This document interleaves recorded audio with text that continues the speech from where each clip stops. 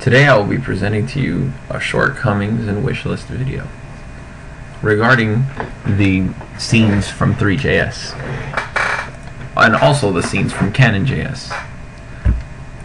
So regarding the 3JS here, we were able to accomplish getting a solid boilerplate code down, which applies VR headset positional data to camera and allows us to basically render a VR scene that is directly connected to a 3JS scene, which gives the user flexibility in their ability to either view the scene in VR or in standard 3 dimension on a web page. Over here, this is the instantiation of objects. And then within here are the scripts that I wanted to call within the animate function. So the animate function is essentially a loop. Here the selection sort is hard-coded. So for future releases it would be desired to have a function that simply calls within this area. The reason why it was hard-coded in there was because of the constraint of trying to switch the position of the bars but also manipulate the data structure as seen here. So the connection between the actual data structure and the graphics still needs to be made in future releases.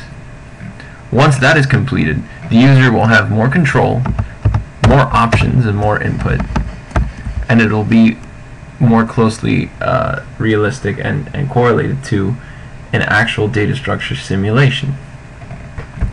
Also, hand controls that allow the user to grab the objects would also be left to be desired. So ultimately we need more scenes and we need more controls. Other than that, the sleep function and making this async allows for the developer to stall animations. In the future, we would like to give the user the ability to basically call a sleep function and awake it up as they please. So the animation will still be rendering and going on, but the user gets to freeze a frame at their choice.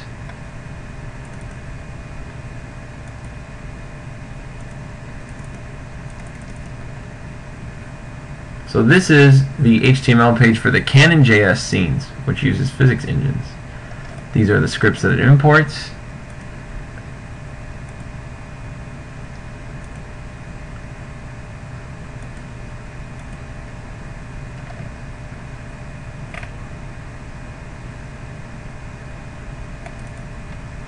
And this is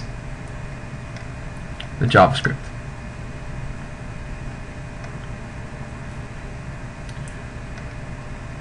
So this is very hefty with respect to the code. It could probably use a little less code in future releases. Of course, we would want to implement more data structures. But another thing left to be desired is an integration into WebVR. These scenes from the demos do not have VR capability. They are only seen in 3D.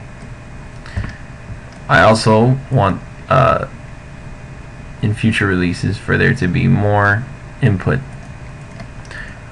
from the user. The only thing that is being taken from the user is an on-click listener, which is embedded into one of the imported scripts. Add scene has an event listener which listens for a click, and that's as far as the user input goes. So in future releases we want to give the user the ability to use their keyboard or to click an area in which they want to put the object and not just click the scene button as seen in the demos.